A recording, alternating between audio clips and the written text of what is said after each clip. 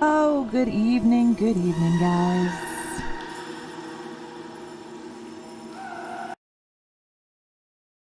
Hello, how are we? Hi, monkey. Oh, how is everybody? I'm not fully, I'm still trying to get done with supper. Here, let me fix my mic. I swear to God, something plays with my mic down here. I don't know what it is. Something does. Hi, how you doing, movie reviews? Brian, hi, good evening.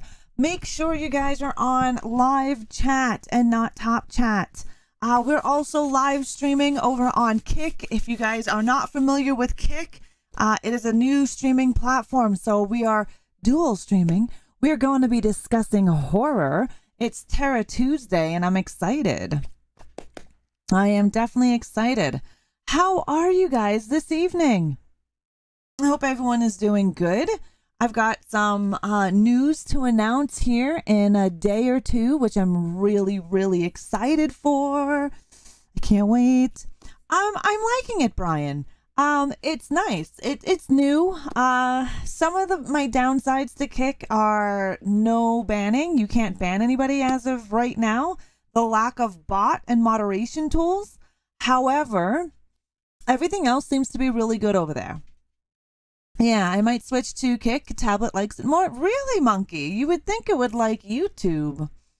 I'm on both. I mean, it doesn't hurt. I've kind of figured, some people don't actually have YouTube. Believe it or not, there are people in the Horde that do not have YouTube. Insane. I use YouTube for everything. Like everything. You're doing good. I'm glad you're doing good. Brian, how are you doing? Monkey, how is your foot feeling? I haven't noticed much of a delay, but we're going to talk about a couple of things this evening. We're going to talk about Winnie the Pooh, Blood and Honey, American Horror Story Season 11, because these are two shows that I recently watched and I really enjoyed, and I need to speak about them. We're also going to talk about some creepy things that have happened today, not in my life, but on the internet that I was reading while I was on my lunch break. And we're going to talk about Throne.me, which is a website for gifting. And we're talking about it because I was recently asked about it on Twitch. And so I figure I can make a YouTube video, edit it, and throw it up. And then boom, that's done. Hello, Zach. How are you? I'm good. And cold week. Oh, is it cold by you? We're finally getting warm weather. Hello, monkey. YouTube was giving me shit screen resolution. Really? That's interesting. Interesting. You have, the fuck's it called right now? I'm having a brain fart. I can't think. You have transcoding on YouTube. But yes, I'm on both platforms, Kick and YouTube tonight. Which is better to view, Kick or YouTube? Well, it depends. So Maeve, I have watched streams on all platforms, even Facebook gaming. Good evening, Deadwalk. How are you? You're good, Zach? That's great. I find as of right now, Kick has a better quality video. However, if you are able to stream with higher settings on YouTube, it basically is the same. I am okay, Deadwalk. My friend got me Tales from the Crypt. Nice. That's awesome. The movie? Right on.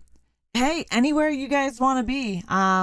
Your choice on how you want to watch. I do it just to extend my reach. That's what I do. And you never know. Will it work? Who knows? I am using my blanket. It's cold in my murder basement. You love that movie? It's such a good movie. Such a good movie. Your choice is mobile. YouTube is being a bitch. Oh, mobile YouTube. Yes, make sure if you're over on YouTube and you're watching me there, make sure you turn on live chat and not top chat. Live chat is where you'll see everybody's chat. However, if you do top chat, you will only see those who are actually talking on the regular basis. You like the Kick app, Brian. Nice. Right on. if anybody is interested in checking out Kick, here's my link. I'll pop it in the chat, as I can't type and spell my effing name. But yeah, Botrex is naive, plain and simple. It's not great. It does work here and there. Yeah. Hey, McGlenn, how are you? I don't really enjoy Botrex. Hey, Wesley, how are you? Good evening. So for those of you on either side, have y'all seen Winnie the Pooh, Blood and Honey yet? I am fabulous, McGlenn. You know, I need to make it to where you guys can see the chat on, you know what? I wonder if I can do that right meow. No, I probably can't. You're doing good? Oh, that's good to hear, Wesley. That's good. Yeah, not yet. Are you planning on seeing it? Because then I'm going to try to give you a non-spoiler discussion on Winnie the Pooh, Blood and Honey. I have not seen it yet. I want to. I hear they are making it a universe. Yeah, they are. From my understanding, whenever I play again, Wesley, are you on Xbox? Because that's what I play on. I know I read the plot because I'm not really wanting to see it right now. I get you. I'm still going to try to keep it spoiler free. I'm just going to give you my discussion on it because I have been dying to talk about it because I really enjoyed it. I know a lot of people shit on it, but I thought it was a fun slasher. It's definitely a fun slasher. Were there tons of things wrong with it? Yeah. But was it bloody? Yeah. Did it have some good kills? Yeah. Their masks were fucking nightmare. Hey, Zach, spoil away because I'll forget it by the time I go to watch it. Nice, McGlenn. I know Maeve is wanting to see it. Yeah, Wesley, I play Friday the 13th on Xbox. I don't play it on PC. I have it for PC. I don't play it on PC, and I have it for PlayStation, but I don't play it on PlayStation. Not enough anthropomorphic penis. Monkey. So Winnie the Pooh, Blood and Honey is out right now on Amazon Video. I'm pretty sure you're gonna have to rent it. I don't think it's there for free, but it is out there. The movie is a slasher, right? It's plain old slasher. They wore masks as a Piglet and Winnie the Pooh, and there is some crazy things that I wrote down. Oh, let me turn off one of my lights because it makes it too bright in here. There we go. So I did write some stuff down for me so I could remember what I wanted to tell you guys. And again, I don't really want to spoil it, but there's not going to be too many spoilers. Hopefully not. I'll watch it when it's part of Prime. Yeah, so basically when it comes out to be free. And I understand that. I get that. And I respect that. This movie, Piglet as a killer, would be hilarious. Well, you get to see Piglet as a killer. Like, you get to see him as a killer. You actually get to see them all as killers, and I want to say cannibals, because for the most part, these animals are not meat eaters, right? They are not meat eaters. So they turn into these creatures that are eating everything. It was okay, but funny a bit. I liked it, Brian. Oh, you're on the Switch. I have it for the Switch as well, Wesley, but I don't play it on the Switch. I have Friday the 13th on everything. I just don't play it on everything. Bacon on bacon action. Now that sounds sexy as fuck. I can go for that. I also like the movie Vault of Horror, a good classic, originally rated R, but it was re-rated to PG. Nice. So we know that it's an adaptation of the inhabitants of the 100-Acre Wood, right? So we know that it's, Christopher Robin and, Piglet, Eeyore. However, we do not get to see Eeyore in this mofo because they kill Eeyore. Yeah. We don't get to see him though. That is real food porn, exactly. You have Piglet and Pooh, who back in the day in the kids' movies, they're cute, they're cuddly. It's Winnie the Pooh, right? When you see them in this movie, their faces are fucking nightmare. Yeah. Yeah. And, they ascend into carnivorism. So these animals like Piglet, Winnie the Pooh, Eeyore, Rabbit, Owl, they all eat.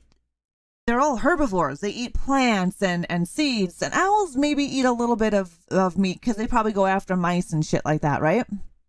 Do bacon strips touch? I think they rub up against each other, Maeve. We find out that, many of the 100-acre wood animals are dead. Eaten. Because Christopher Robin, selfish young boy that he was, growing up, left them behind. Hot, you got to make it crispy. You got to make it crispy. Winnie the Pooh and Piglet, the way their masks look, to me, it did feel like nightmare fuel. Like if I would have seen Piglet or Winnie the Pooh and the way they looked in any part of my backyard or in a dark alley, I would be the hell out of there quickly, because they are they're not cute. They're not fun to look at, these two. But it looks like Pooh, like somebody took Winnie the Pooh, he's kind of scary looking. So is Piglet. They're both quite scary looking in this film. I love it because now I can turn on my other light because my white screen is down. Hey, 8-Bit, how are you, darling? We're discussing Winnie the Pooh, Blood and Honey at the moment. And I really liked it because it was a fun film. It wasn't a serious horror. It wasn't a serious slasher. And what I mean by serious, it didn't take the route of like Terrifier or Friday the 13th. It took more of the route of like Tucker and Dale versus Evil, or like a Shaun of the Dead type of feel. Not as much comedy, don't get me wrong, not as much comedy as it was, stupid funny, right? Where in Shaun of the Dead, you got clever funny, and Tucker and Dale clever funny. However, some of these things here are stupid funny. The kills are fun. Definitely the kills are fun. Well, I knew there was a reason I never liked Christopher Robin. Right, that walk? He's a dick. He just left them there to starve. Tigger, Pooh, Piglet, Owl, Eeyore, Rabbit. You remember them all. They had to fend for themselves in the 100-acre wood, and they didn't know how. Because they got so used to being spoiled by a human, right? They got conditioned to be able to eat with what Christopher Robin gave them, right? So Christopher Robin, if you remember back in time, he'd always bring them food, right? Rah, rah, rah, rah, horde. Yes, I like that, Zach. I seen you put it in both spots. I know. I loved Eeyore. Eeyore was my favorite. I wasn't a huge Christopher Robin fan. I wasn't a huge Winnie the Pooh fan, but I have seen it. I have read the stories, and as a kid, I heard all about it. So Eeyore was one of my favorites. Piglet looked like a mad version of Bebop. I find that I liked how it was all, I don't want to say female empowerment because it's not. I don't want you guys to get the wrong idea. However, most horror movies are male dominant with having a female final girl. What I liked about this film is that it wasn't male dominant. Now, I don't want to say it was female empowerment, female power, blah, blah, blah, because it wasn't. I just really enjoyed that the majority of it was around women. And I thought it was really cool because it's not often that you see horror films, especially slashers, with the majority of the cast as female. And you can go through all the horror movies and you can go through all of them and you'll have like one or two, maybe three to four girls in a horror movie. One's the bimbo slut, the other one's the good girl, the other one's the girl next door. You know what I mean? You have those personas in all horror movies, but they're usually male dominant. There's usually more men than there are women in the majority of horror films. And lately, horror has been switching it up a bit. They've been bringing in, more female actors and just like mixing it up. However, Winnie the Pooh, Blood and Honey really throws all of it into the mix. And I really enjoyed that. I liked seeing that. No, Tigger is not, right, Andrew? The sequel should have Tigger bouncing on heads until they're dead, right? I know that the ones that they were able to use was Piglet and Winnie the Pooh. I don't know if they're able to use Rabbit, Owl, Eeyore, or Tigger yet. Tigger is still Disney property, yeah. So they're probably not going to have a Tigger. Tigger is probably going to continue to be dead. Oh, there was a scene of boobs. I apologize for that. I apologize for boobs. Boobs are great. But yeah, they I don't know. I really liked it. Oh, you're the composer for them. I friggin' loved it. Andrew, I did. I enjoyed it. That's why we're talking about it. I needed to talk to somebody. I needed to talk to people that needed to hear my view on Winnie the Pooh, Blood and Honey.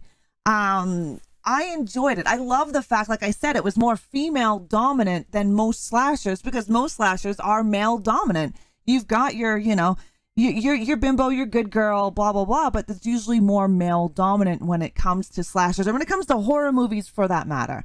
And the fact that it was more female dominant, don't get me wrong, you still had your dopey, your promiscuous girl, your tough girl, but it wasn't as like throw female empowerment in your face. So that was really cool. Well, there is a hot tub scene. I only watched it once, but this weekend I'm going to be watching it again, so I can do it like a full-on review of it, because I think it needs to be seen. I think a lot of people went into Winnie the Pooh, Blood and Honey with expectations that they should not have gone into. But it was fun. It was a fun slasher. You can't take it seriously, and if you overlook some of the little things with the story, it's a fun friggin' horror movie. There's death, there's murder, there's blood, there's violence. That's what you need in a horror film. Not that I know of. There were covered boobies, because you get to see. Because Serial was upset because he didn't get to see the one chick's tatas. She is more of the rough style. I want to say more of a homey type girl. She is in the hot tub, and I believe in one of the trailers you do get to see her. Disney is trying to buy back Winnie the Pooh. Disney owns everything, man. They own everything. We got to stop them from buying everything. Serial was busy oiling his chainsaw, right? I'm always in a slasher mood. But I did really enjoy Winnie the Pooh, Blood and Honey. I thought it was fun. It was great. It's something that I think people should go into without having any expectations, and I think you'll have a better time with it. I don't know why some of the people that I have spoken to did not like the film. I can't see why they didn't. Like, I don't understand why they didn't. I mean, I've seen some films that I was like, oh my God, I can't believe I watched that. But I didn't get that feeling when I watched Winnie the Pooh. They can only do so much. The original content does have limits, and I thought they extended it once already. Hope they can't. I have no idea, Maeve. I'm not 100% in with all the laws and shit with movies and copyright.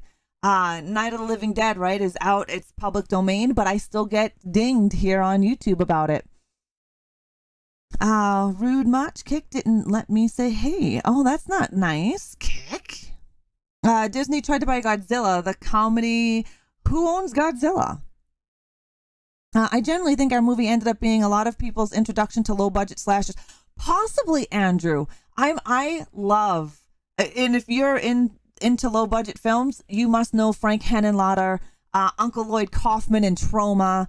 I live for those films. I love C and B grade films. Frank Henenlotter has some of the most low budget films from when he was producing in the 80s. Frankenhooker, Brain Damage, Basket Case. I mean, they're all low budget, full on practical effects. Trauma. Plain and simple, Trauma is low budget horror. They do everything with what they have, and it's all practical effects. I remember watching one of my favorite Trauma is Poultrygeist: Night of the Chicken Dead. And I remember Uncle Lloyd Kaufman saying that him and his wife flipped the bill for Poultrygeist, which I thought was really cool. They didn't make a lot of money on it, right? Which I don't understand why, because it's such a good film. But again, a lot of people's tastes, I find they don't enjoy, or it's not enjoy, but they don't, I don't know the word that I'm looking for, but they don't, I don't know the word that I'm looking for. I don't want to say enjoy, because some people do enjoy it. Low budget horror. I do that with every movie, lowered expectations. You have to. I think if you go into a movie with high expectations or overhype, it ruins it. Martyrs, appreciate. Yes, Deadwalk. Oh, what would I do without you? Appreciate. I don't think a lot of the people that went in to watch this movie can appreciate low budget horror properly. Because, in the 80s, a lot of the horror films were low budget. I mean, Friday the 13th, yeah, it's iconic and it's a cult classic, but there are a shit ton of things wrong with it. Tons. And it's my favorite franchise. So there's a shit ton of things that were wrong with it. But now it's been out for so long, and Jason Voorhees, he is an icon. He is a classic icon. And you don't really hear people complain too much about Friday the 13th. Roth, how are you? Toxic Avenger is good. I love Trauma. Trauma is great. I find I love films that use their creativity to create what they need to do on set. Practical effects for me in a film is 100%. I do like it when they sprinkle a little CGI, like maybe getting rid of some wires and, things like that, like in The Exorcist. The spider walk. That spider walk does not exist in the theatrical release back in the 70s. It didn't happen until 20 years later, and they used CGI to get rid of the wires that you see her come down with, because there was wires connected to her. I find that a lot, Deadwalk. A lot of people get lost when it comes to low budget horror, which is a shame, because some of the best friggin' films are low budget. And if you know me, you know that I really enjoy those kinds of films. Scream was great. Yeah, it was great. I enjoyed it. I did not enjoy it as much as some other films that I've seen that were lower budget films. CGI does have its place. It does. And it can be overused. I think that's one of the reasons why I don't like Marvel films. I know, stone me, I know. I don't like DC and Marvel films. I don't like all of that CGI effect. Don't get me wrong. I love me some Deadpool. He's Canadian, just like me. But, yeah. And I'm hoping when I see Evil Dead Rise this Thursday that it's going to be pretty good. Not a lot of CGI, I'm hoping. I mean, the amount that I read on Evil Dead Rise and how much blood Lee Cronin brought in and had produced for the movie, I'm super stoked for that. And I know he had an industrial kitchen brought in to make that blood. So you got to think about how much blood that is. Oh, tons of it. And that's going to be exciting. Full Moon. Right there. Full Moon is full of low budget films. I'm just waiting for Disney to step into the gay porn market. Monkey, they probably already have. You just don't know about it yet. Some movie watchers are sheep that go with the flock of hating things that are cool. And I 100% agree with you. I loved Smile. I loved Barbarian. And I know people who shat all over both of those films. And I'm like, how? I also love Malignant. And it's funny because people in the horror community are like, we need new horror. We need fresh horror. We need new horror, right? Blah, blah, blah, blah, blah. They get new horror and they shit on it. And it's like, you just got new horror. They're like, Winnie the Pooh, Blood and Honey. Prime example of that one. We have not seen any of our real beloved characters from our childhood, like Winnie the Pooh, the Smurfs, Scooby-Doo. We haven't seen any of them turn into murderous beasts. And for me, this is the first time that I can actually remember or even think of a slasher that had icons that were lovable and friendly and taught you lessons like friendship and not to be selfish turn into these crazy beasts that go around killing everybody because they don't like humans because of what a human has done to them. And I think it also, maybe the movie people, the producers, directors, or whatever, didn't put the message in there. But from what I have seen from it, is that humans befriend and love animals. But when life gets busy or hectic, you throw them to the side. As someone who volunteers for, I volunteer for a local cat shelter here. And I've volunteered at other, we don't have American it's SPA here. And the amount of people that just drop their animals off after they're kittens because they're no longer cute, or they're puppies since they're no longer cute, and drop them off. You know, these animals have feelings. They're alive. And when I watch Winnie the Pooh, Blood and Honey, and you see the heartbreak that Piglet and Winnie the Pooh go through, they have this kid that fed them, loved them, nurtured them, grew up with them, and then when his life got busy, he said fuck it and went off to school, leaving behind all of the furry animals that he has grown to love, that grew to rely on him for their well-being. Then they had to resort to being animals again, and well, what happens? Exactly. So I don't know if the movie people who created Winnie the Pooh, Blood and Honey wanted to put that message in there, but that's what I got from it, because it does go with today. You know, like I said, I volunteer at animal shelters, and I have friends who volunteer, and some of the heartbreaking stories that happen to people who, you know, to these animals, they're heartless sons of bitches. But that's what I got out of it.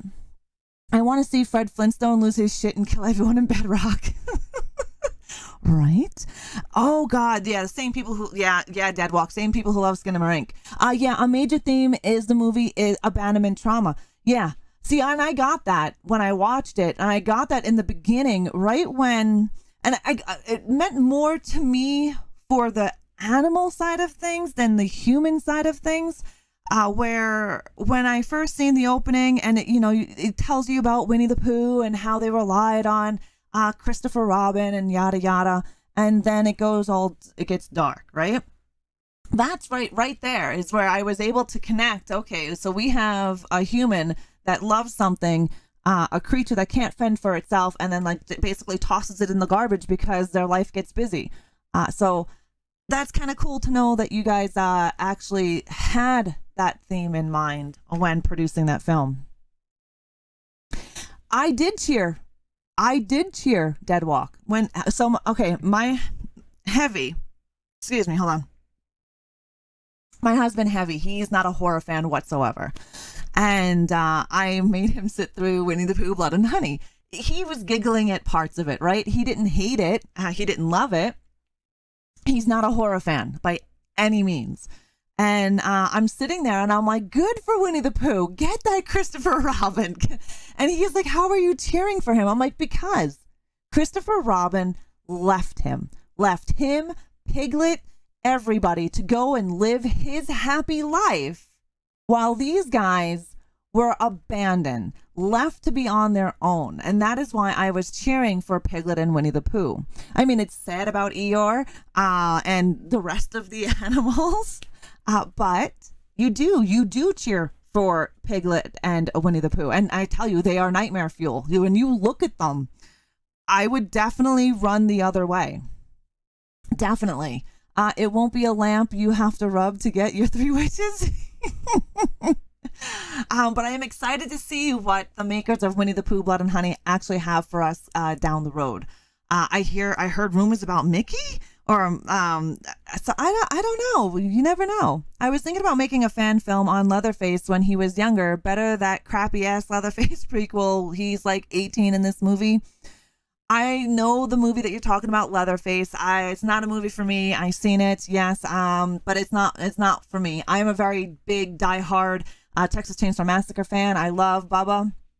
And the fact that they totally ripped the lore apart did not do it for me. And I did go in with no expectations to that one. Hey, Serial. No, not yet. Not yet. I'm going to announce it in a day or two. But we're talking about Winnie the Pooh, Blood and Honey, and my thoughts on it. But like I said earlier, it's not a perfect film. Horror is not perfect. I don't think there is any perfect horror movie. Even any of the AAA title films like Scream, for instance. If you guys haven't seen Scream 6, well, here's a spoiler. Everybody fucking lived. This motherfucker got stabbed like 500 times by 3 people. And in the end, he lived. He should have been a goddamn water balloon with holes all in it, or a busted condom, because the way he bled out and he's still alive pissed me off. I was like, fuck. Hi, Boy Jr., how are you? I'm not going to tell them now. Yeah. Stabbed 5 million times. Motherfucker walks away. But again, I get disappointed when everybody lives. I love it when everybody dies.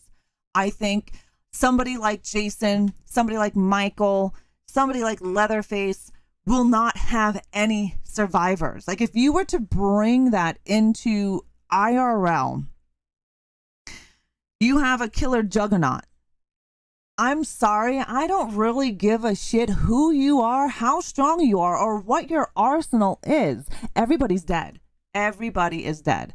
And I think that's how it should be. I'm done with the final girl, final boy, final people trope. I'm done with it. I'm done. That was the 80s. We don't need any more final people. Everyone just needs to die. Charlie's Farm. Mwah. Another low budget film from Australia. Chef's fucking kiss on that one. You're good. I'm fabulous, boy. We're talking about Winnie the Pooh, Blood and Honey. There are some spoilers I did speak about. I'm trying not to get into too much of the spoilers so you guys can go and see it. It is out on Amazon Video. You can't use the whistling picture of him though. It's, yes, TM with one of their titles now. Yeah, it doesn't surprise me. Everybody buys up everything. Disney owns Alien, one of my favorite franchises as well.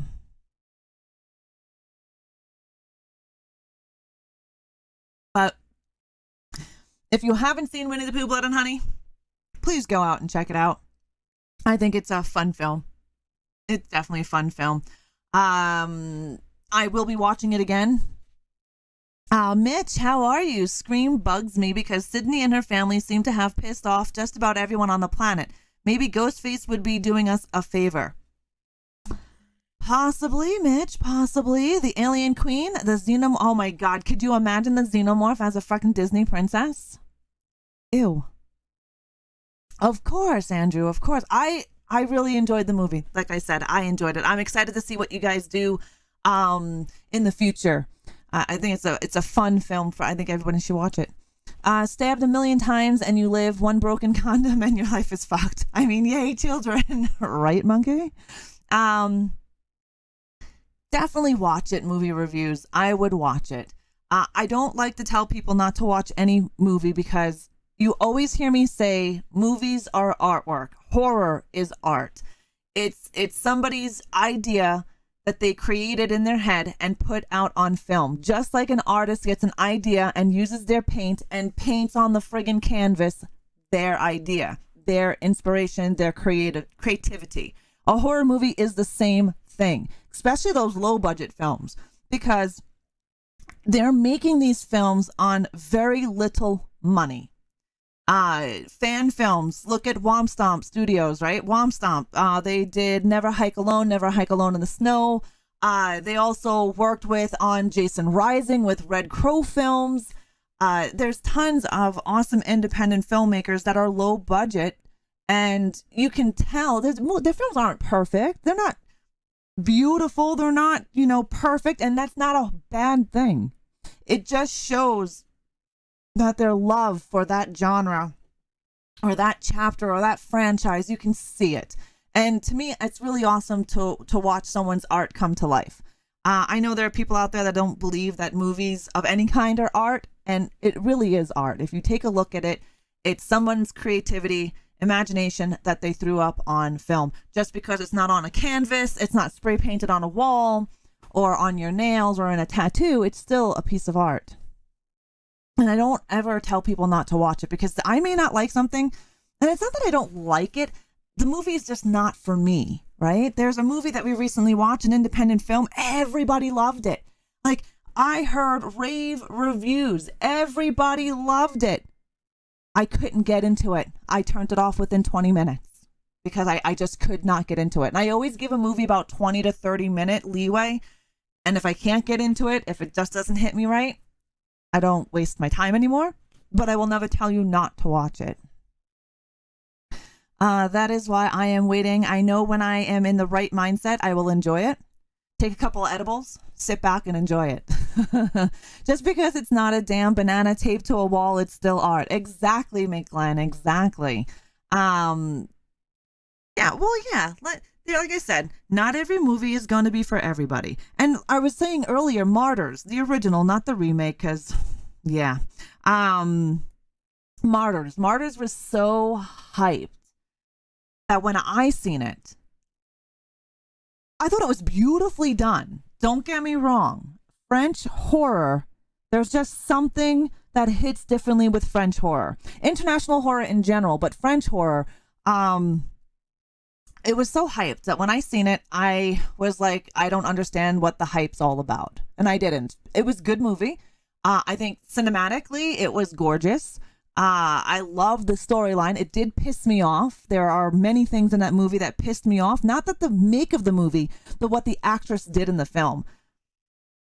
I was yelling at my TV. That's how mad it was getting me. Hi, Eccentric. Hi, Ed. Yeah, the banana on the wall is worth $100K. Yeah. And you know what? To me, that's not art. But to somebody, that's art, right? Horror is very subjective. And, you know, you can watch a movie 10 years ago and love it, and then watch it later, 10 years later, and be like, what the fuck? Why did I love this? Taste also change. For $500, I'll tape a pineapple to a wall for you. Right? Shit, for $50, I will glue an apple to a fucking wall for you. How's that? These people that do these remakes need to show more respect to the originals. I would agree with you, McGlenn. A lot of the North American remakes of international horror, they lose that whatever factor that movie is giving off. Ju-on, for example, the remake of Ju-on, it lost that creepy, scary factor. Ringu, same thing. The original versions, I don't know what it is about the original versions, but the looks, the body movement, the cinematography, it was the atmosphere, the sounds, for me, were creepier than the North American one. I went in with the North American one, zero expectations. I'm not saying they're horrible, because they're not. And but they were good. They just lost whatever touch that was, whatever it is. And same thing with the movie Inside. 2005, 2007 French horror was remade in North America come 2016 or something like that. The remake watered that film down so badly. Like, I was disappointed. The French came out with guns blazing and gave zero fucks. The North American one, they cut out the 99% of everything that made that movie great. Like, yeah. The Leprechaun remake? Yeah. Hey, Dead End, how's it shaking? The banana tape to the wall represents man. The tape, the restraints that prevent him from being free. The pretentious explanation bumps that price up to $500K. I get that. This is why we should never have a Halloween remake. Just won't. Well, see, that's the thing. You can never top. Well, that's not true, because Terrifier 2 fucking blew away Terrifier 1. So I don't want to say that. I don't want to go on record saying that. However, you can make a sequel better than the original.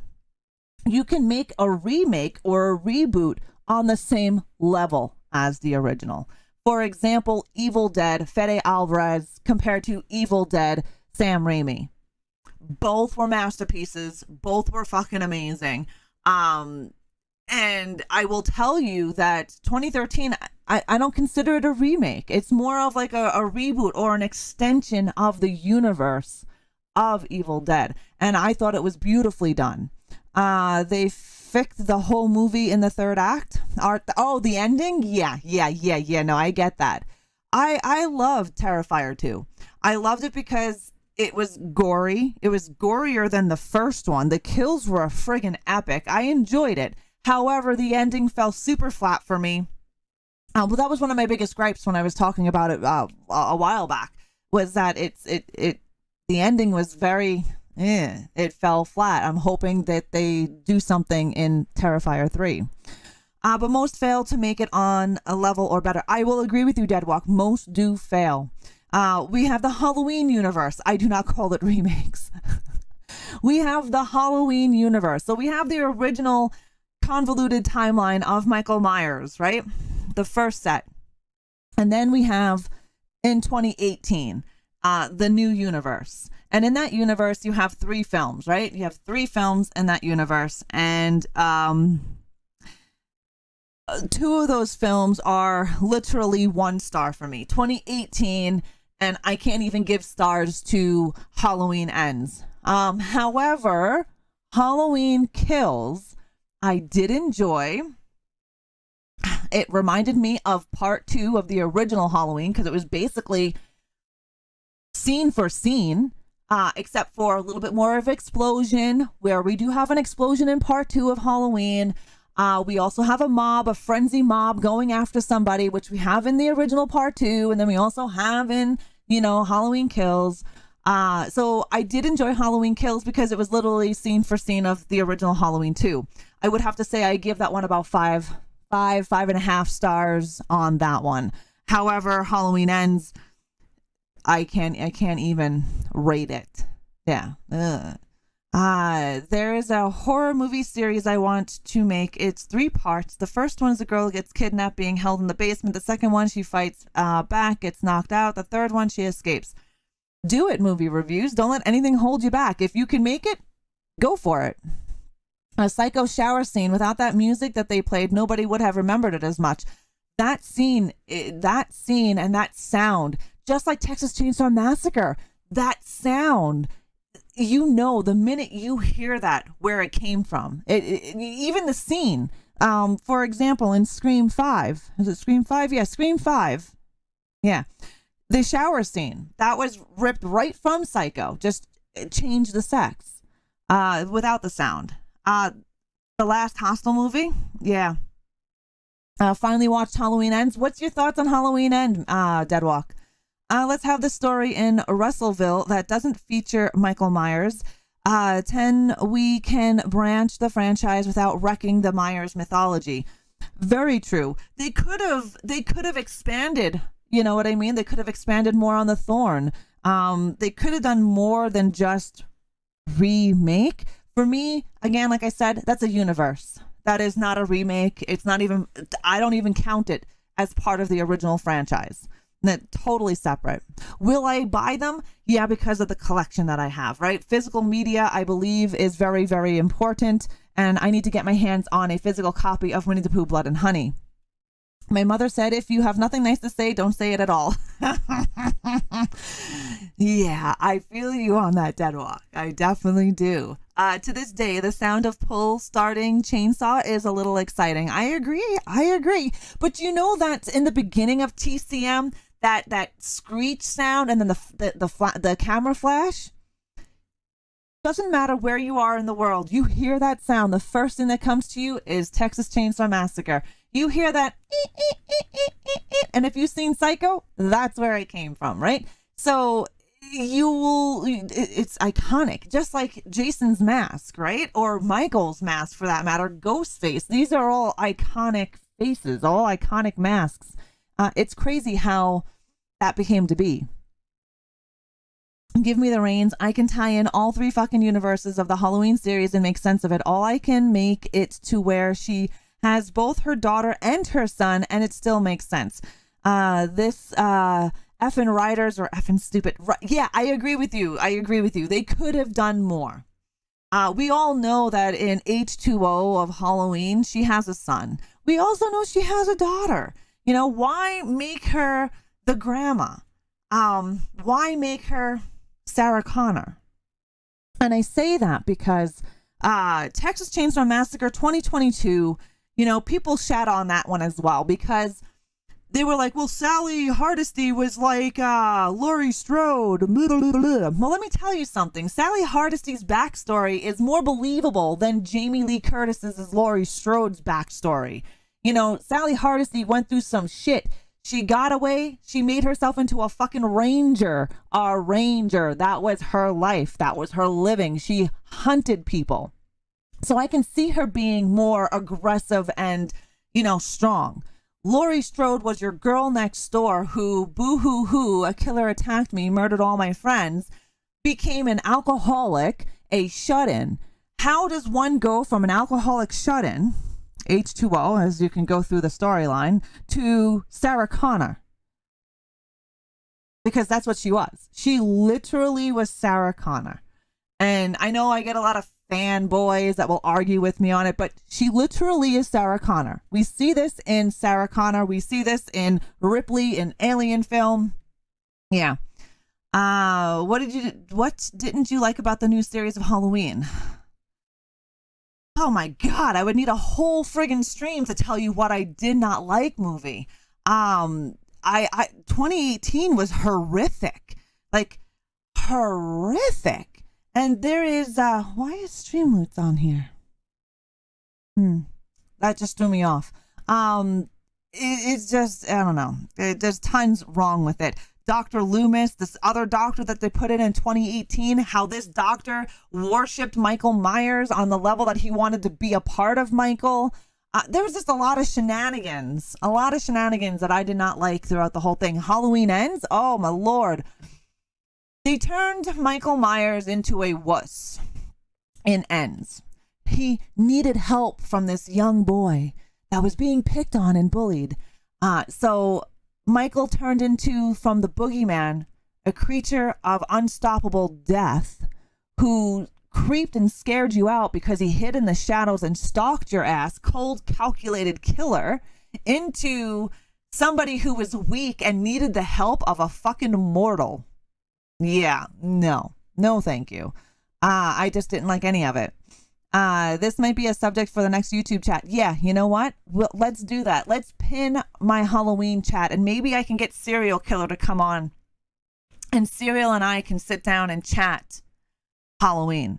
Halloween is one of Serial's favorite franchise. Michael Myers, not the new universe. This latest trilogy just proves that they still don't know how to Halloween. No, and to me, it felt more of a money grab than anything. Halloween Ends is a straight up ripoff of Christine. I will agree with you. It's a ripoff of numerous films. How does no one see this? Because they're blinded by the Michael. Even the jackets and characters' names are from Christine. Yeah. I think Serial needs to come up on Terror Tuesday with me. I know he has movie nights in his Discord on Tuesdays, but I think he needs to make a Terror Tuesday and we sit and talk about Halloween and what we like, what we dislike, and how we would make it better. Because I don't like saying that I dislike something and then not criticize what I would have changed. You want me to tell everybody right now? I can. Do you guys want to hear my big announcement that I was going to tell you guys on Friday? I do. I fucking hate it and would change all. I know you would, Serial. I know you would. I made a lot of people shit on. I made a lot of people shit on Texas Chainsaw Massacre 3. I actually like it. Oh, so you mean you heard a lot of people shit on Texas Chainsaw Massacre 3. You actually liked it because I felt like it was its own universe, and I agree with Mr. Scott there. It is, and oh my God, Texas Chainsaw Massacre is one of the most convoluted timelines in horror history. Okay, so my big news is, so you know how I always tell you guys that Canada doesn't have a Gamescom, they don't have PAX. We don't have anything like that here in Canada.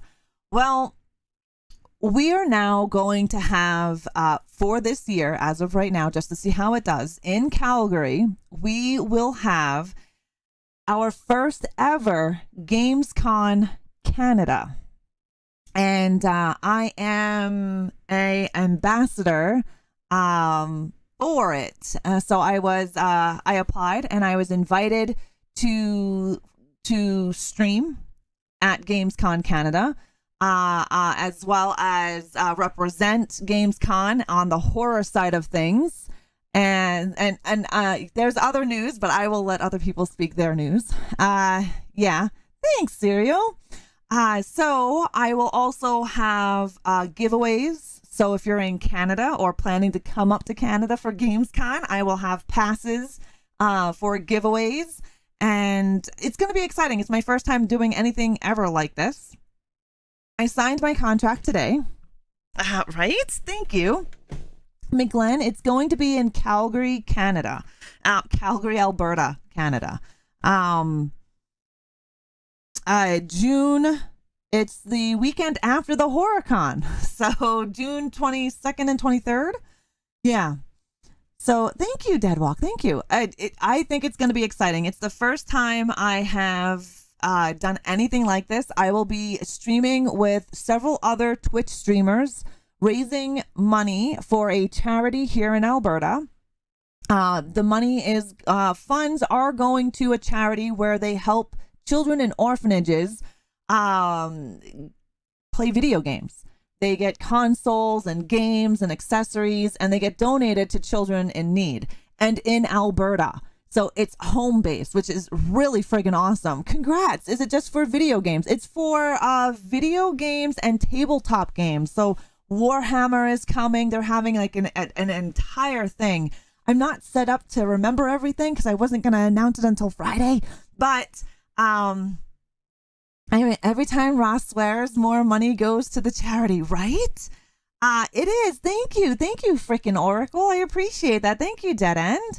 This is why Ra is going off swearing. That is the reason why. And freaking Oracle, thank you so very much for the follow. I'm trying to curve my cussing because I'm really bad.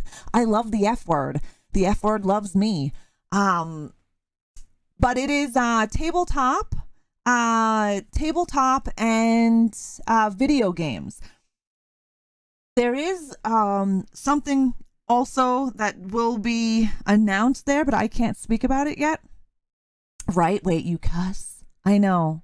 I do have to not cuss because I'm gonna be streaming. I'm gonna be streaming in the pit. I don't want to call it a pit, but it is a pit where there's going to be a bunch of streamers, and they are Twitch creators, and they will be doing the charity run. So there could be like 50,000 people watching. We all get our own little thing, and we do our thing. So I will be live streaming from GamesCon Canada, not only in that booth, but my being an ambassador allows me to make coverage of the entire con all weekend, where most cons do not allow random people to make content because that is for media passes. And being an ambassador for it, and freaking Oracle, yes, August Underground. I'm gonna crash. You're gonna crash my stream? Yeah. But yes, let me get you the link. Yeah. Serial got me the link already. So that's awesome. But yeah, here, we'll pop it in there. I wasn't really ready. Congrats. Every time Ross swear, yeah, I know. I gotta come up with some kind of disciplinary action. You are a good mod, Serial. You are. No, I will not be playing Lust for Darkness. However, there is a horror company, a horror gaming company that is going to be coming. I don't know who it is, but I will be helping to represent that since I am a horror content creator. I know it sounds like I say horror, but I'm not. Nothing wrong if you are. But horror. I hope Monkey can come. to Gamescom. I know he's not coming to the HorrorCon with me on in June, but yeah, multiple horror games. Yeah, you're right, Serial. Yeah, multiple horror games. Hell yeah. Wow, many people don't know Fred Vogel's work. I am a huge... Okay, let me tell you this right now. The more blood, guts, and ass on a screen, the happier this biatch is. I love it when there is blood, guts, and ass all over the place. I love shocking and disturbing films. I love this a Serbian film. I know, ooh, people are gonna hate me for that one. I really don't care. I love Augustus Underground. I love shows like Martyr and Raw and Inside, all the French versions, High Tension, grotesque Japanese horror, which you need to see if you haven't seen Grotesque. It is Japanese horror. It is definitely in that level of shocking and disturbing. It's top tier. It's friggin' great. Hi, Punisher. How are you? Exactly, Maeve. Exactly. They finally released the uncut version of Return of the Living Dead on Blu-ray. Yeah, Return of the Living Dead is great. Are you the only horror content creator in the pit? No, I'm not. Well, in the pit, maybe. However, or in the streaming area, maybe. However, I do know of another horror content creator who's going to be there. I am well. I am well. I know we got to establish a swear jar. We need to come up with a disciplinary thing for me. So where I curse, I do something that I don't like, guys. And I don't know what.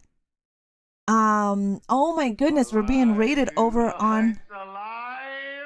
It's alive. We're being rated over on Kick by Dead Mom Alive. Thank you so much, DMA. Oh my goodness. How was your stream?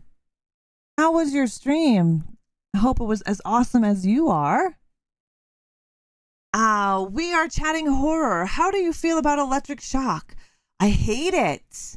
I hate it. Should I get a shock collar?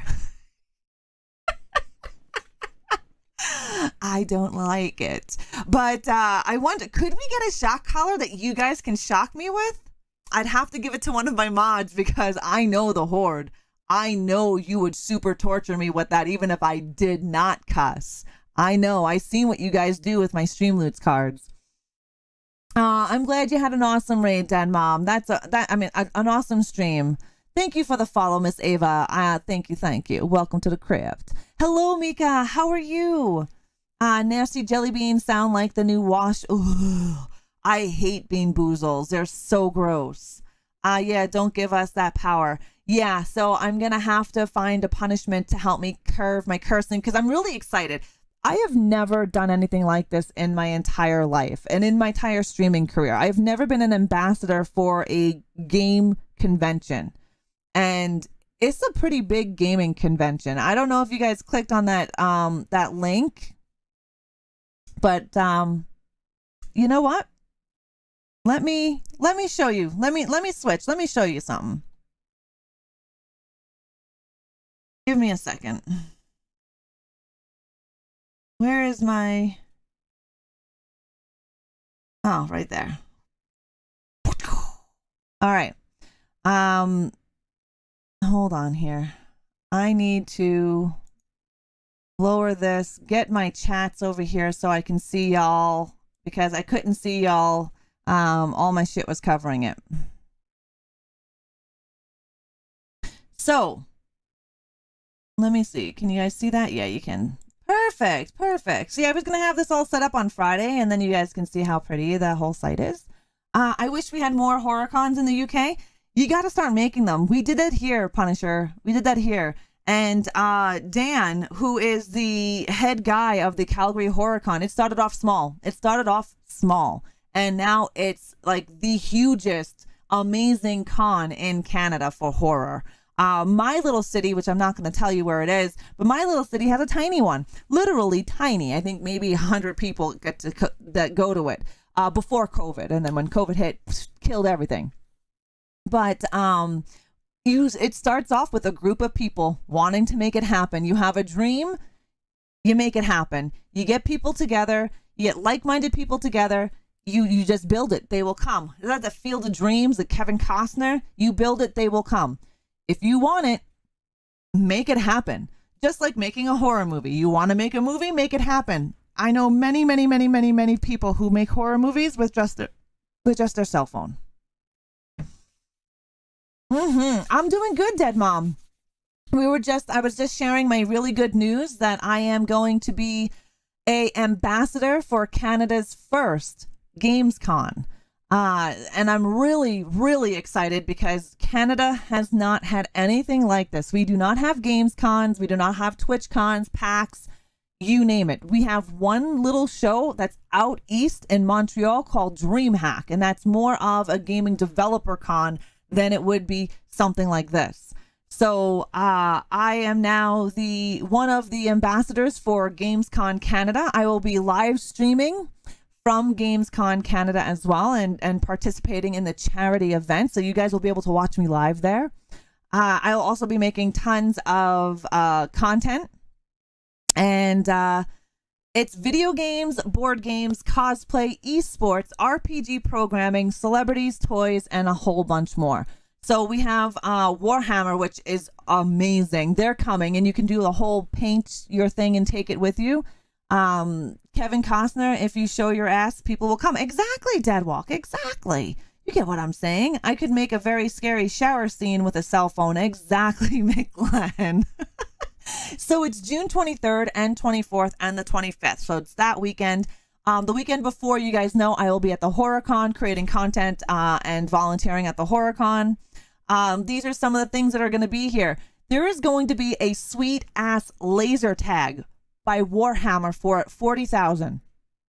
So Warhammer is showcasing a 40,000 square foot laser tag arena with all the gear fashioned around Warhammer 40K.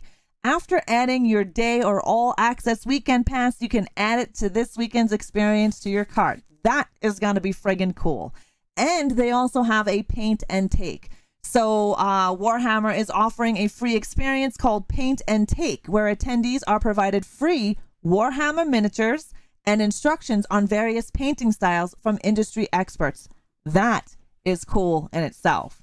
I think that's pretty damn cool. Thank you, Dead Mom. Thank you. I haven't announced it fully. I was going to announce it on Friday, but serial killer twisted my arm and I announced it tonight.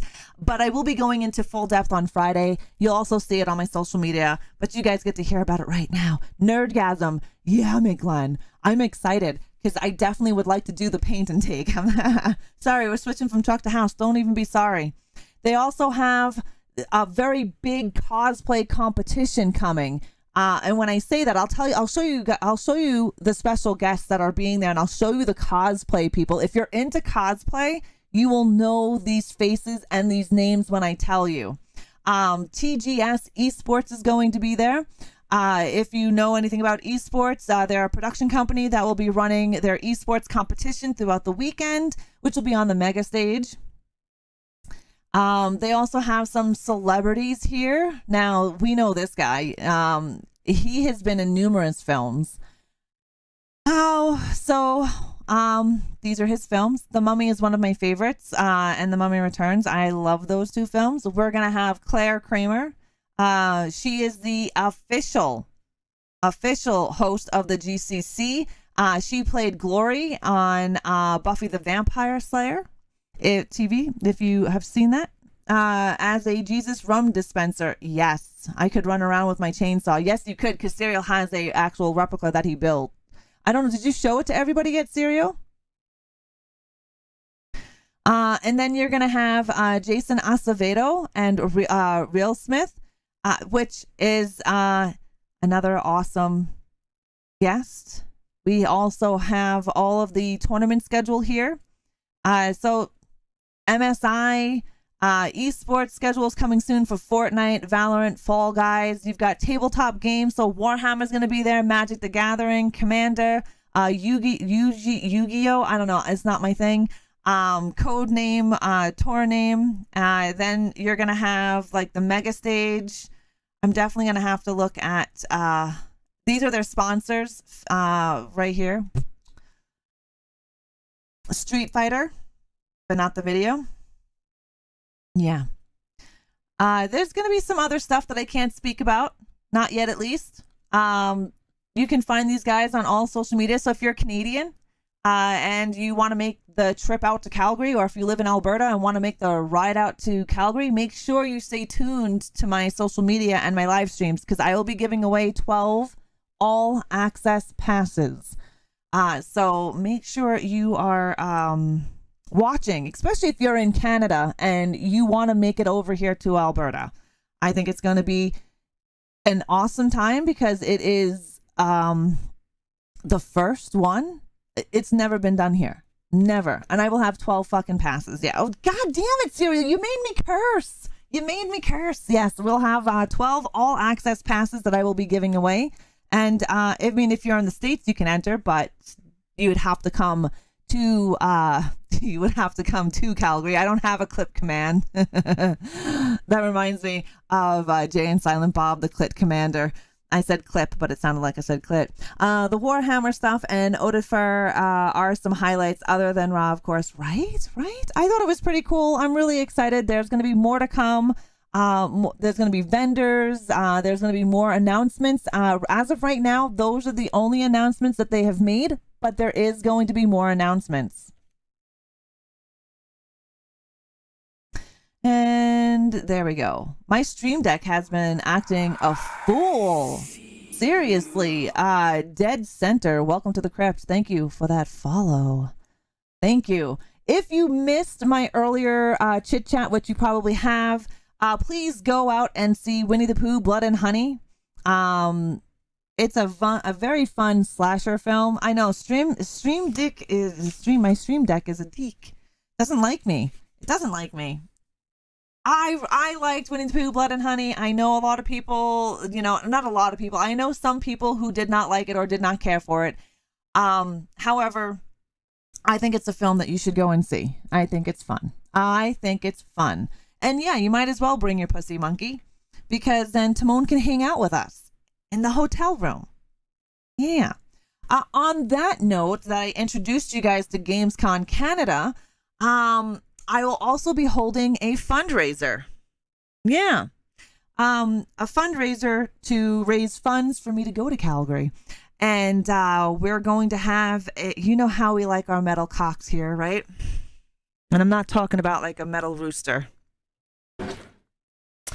I'm talking about these. Heavy and I are going to make a couple of these and actually fundraise them off.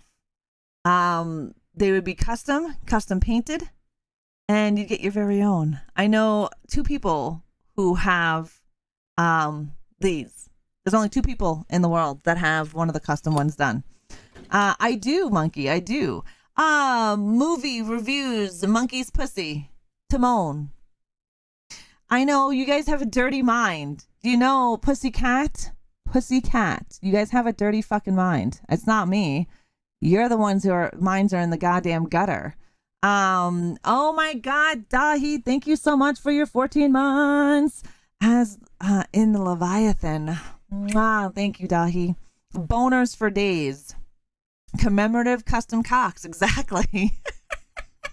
When you were scrolling, I tried to stop my screen from scrolling. You tried? because I was scrolling and it looked like you were wanting to scroll and stop scrolling. Visuals are tricky that way.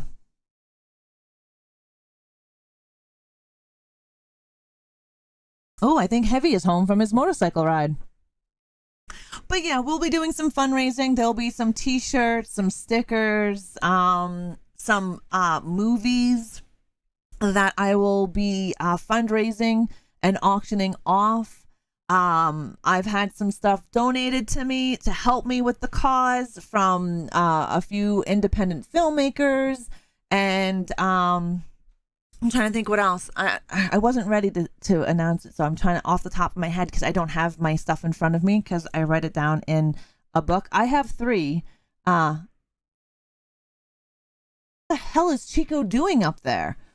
He's doing some kind of crazy shit up there. But anyways, I have a few people that are donating some things to my cause to help me raise funds for the hotel. I would like to hear Heavy's take on Blood and Honey. Maybe one day I can get him to come down here and talk to you on that. Heavy likes films. Okay, maybe it's not Heavy. Heavy likes films like Tucker and Dale vs. Evil, Shaun of the Dead. He likes Hellraiser. He does not like Friday the 13th, Halloween, Texas Chainsaw Massacre, Scream. He doesn't like any of those films. He will enjoy a good Hellraiser. He watched the new Hellraiser with me 2 times. He's a little off. YouTube short even. I will see if he doesn't like to be on camera. So maybe I can get his voice on camera for you guys. My man doesn't like any of it. I am a horror loner in my house. Yeah. So am I, Dead Mom. But I actually raised my kids with horror. So I have people to watch horror with. Me and the Spawn are going to see Evil Dead Rise this Thursday night. Heavy is a true Decepticon. He is Dead End. He really is.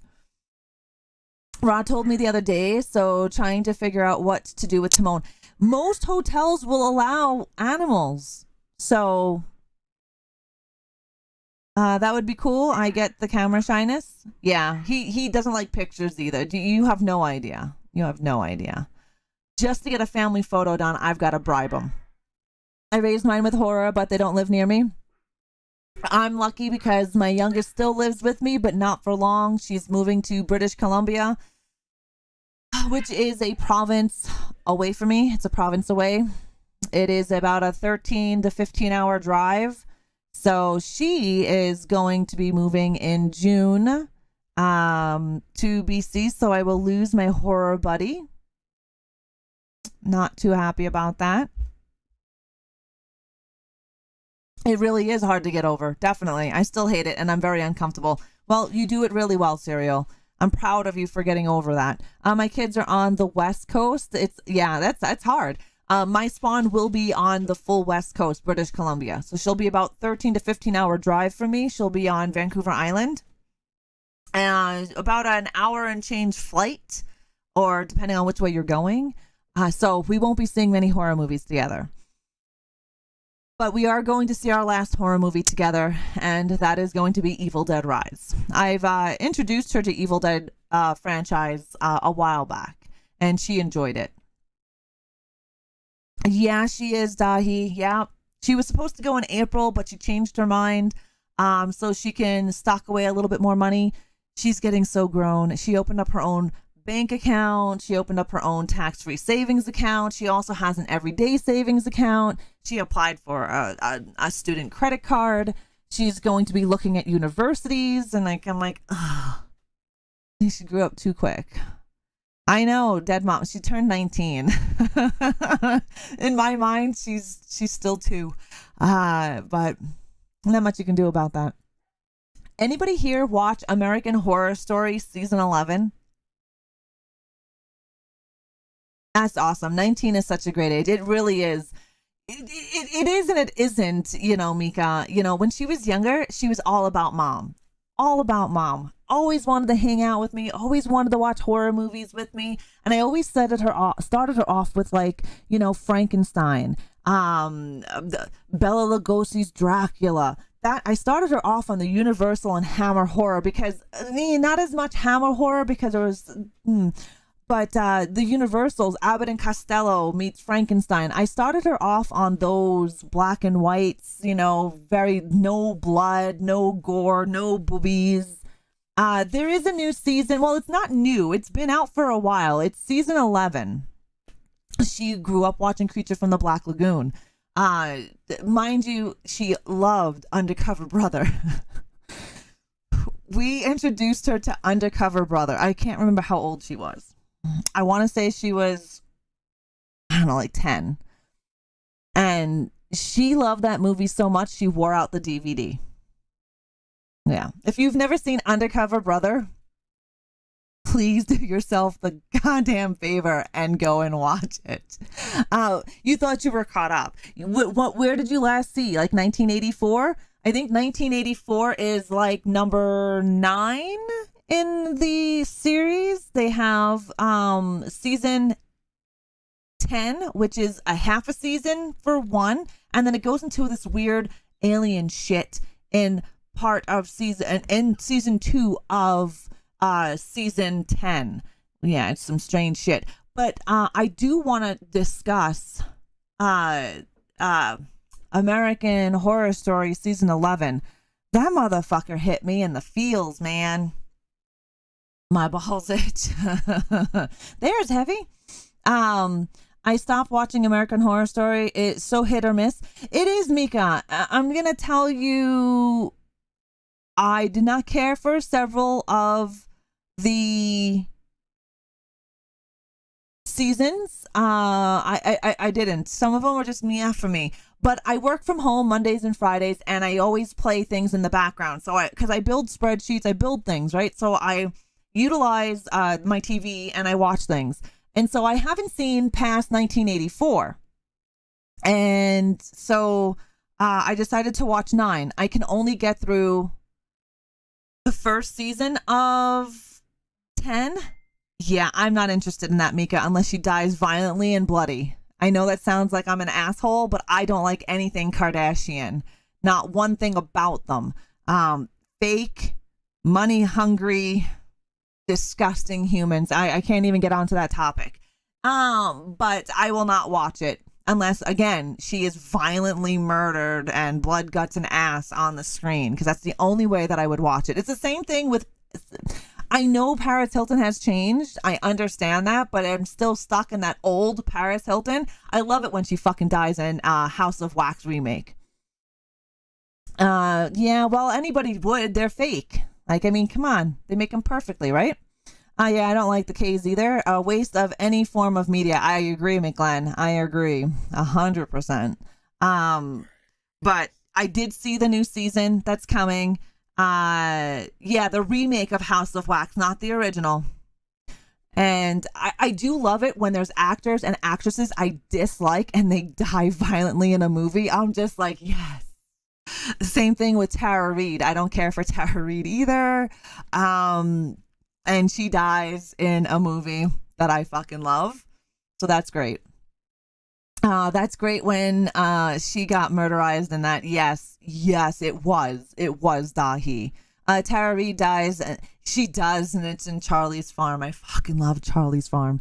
A movie recommendation for you guys. If you haven't seen it, 2014, Australian-made indie film, low budget, has Kane Hodder in it, and oh my god, why can't I think of it at the moment?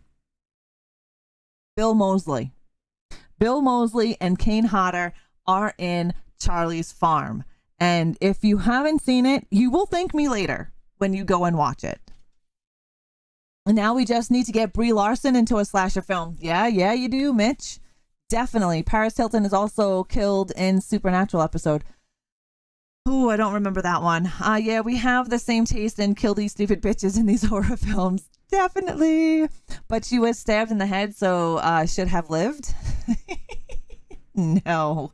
But anyways, season 11 of American Horror Story, I will have to say, has to be the first season that touched real topics. And I'm not going to spoil it for anybody. I'm not going to go into it. But for me, I enjoyed this season from all the others. I loved 1984. I loved Freak Show. I can't remember the season's name. Is it called Freak Show? I loved Freak Show. I thought that one was pretty awesome with the twins and the, Twisty the Clown and shit. I liked Coven. Apocalypse was okay. But out of all of them, I really liked the storytelling and the horrific things that happened to people in the 80s. And it was, yeah, it hit me in the feels a few times as well. My favorites were Coven, Murder House, and Asylum. Murder House was okay. I enjoyed Coven. I couldn't get into Asylum, Mika. That's the very first one. Or is it Murder House is the first one? Oh, crap. I don't remember which one's number one. But anyways, I could not get into Asylum. Freak Show was my favorite. It's season 5. Hey, Faust. F and ass, everyone has those. Yes, they do. Everybody has them. How you doing, Fosticles? Yeah. Hotel. I liked Hotel as well. Hotel was a good one. Yeah, Murder House is number 1, right? And then Asylum came after that.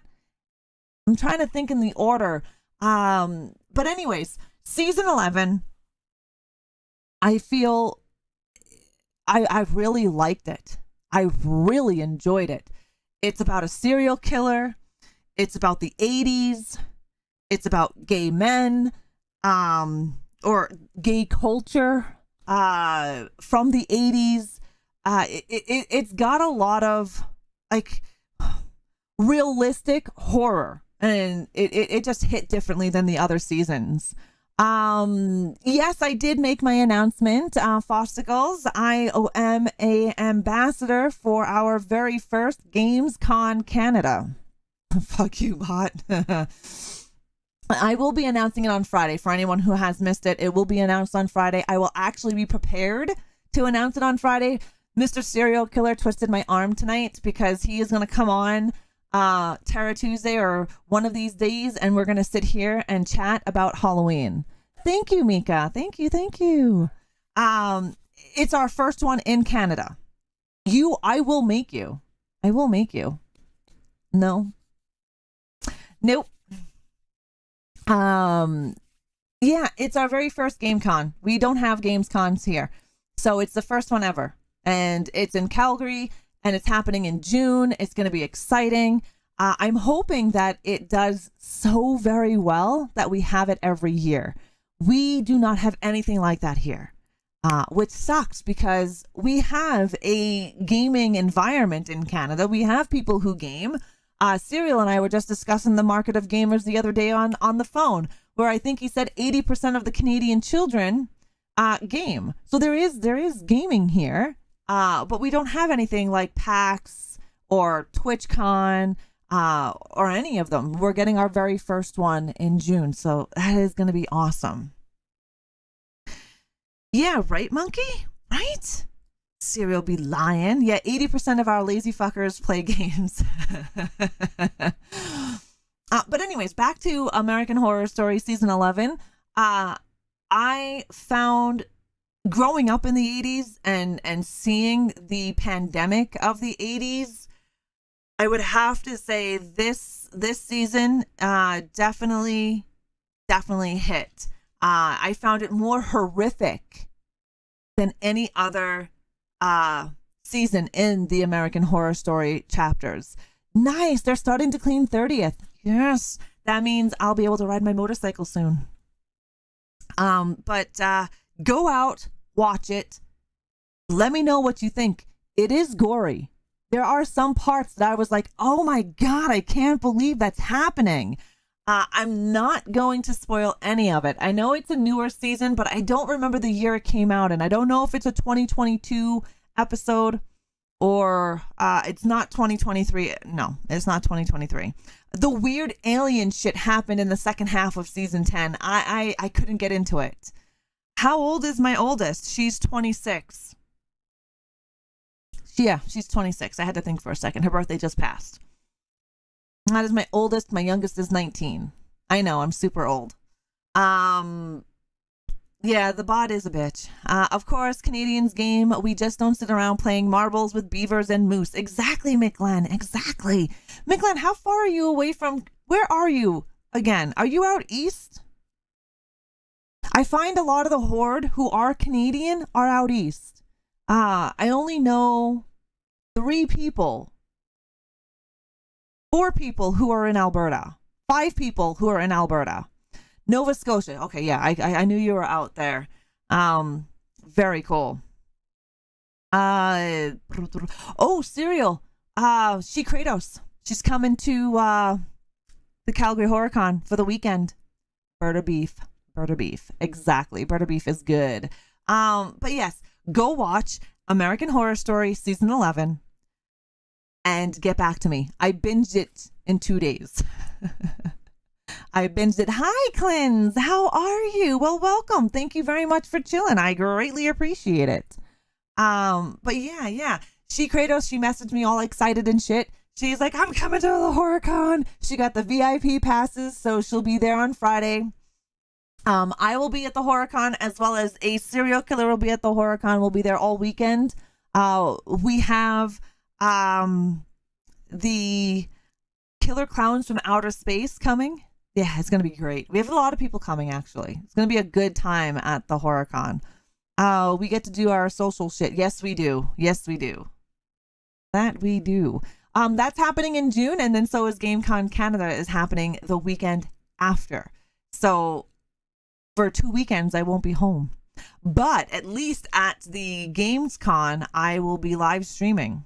So I'll be able to hang out with you guys Friday, Saturday, and Sunday. Thank you for the follow, Otis Driftwood. Awesome name.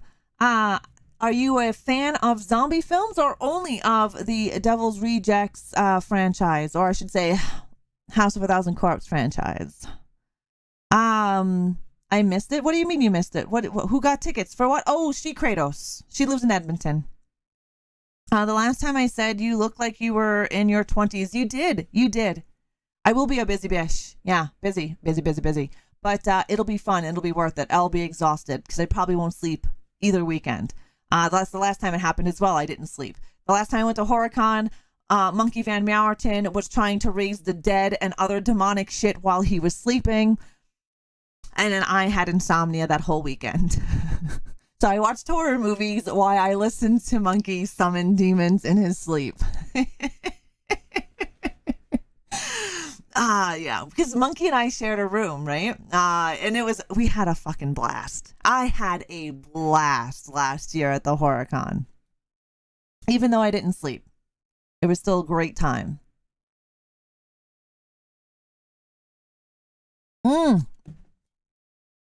This is me. It would have been a big dick gay demons.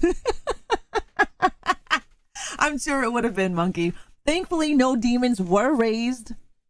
Could you imagine those guys running around? Have you guys ever seen what's that comedy with James Franco, Seth Rogen, The End, where the devil is walking around with this big giant schlong? That's what it would have looked like if it worked. Monkey. The end of the world or something. The end.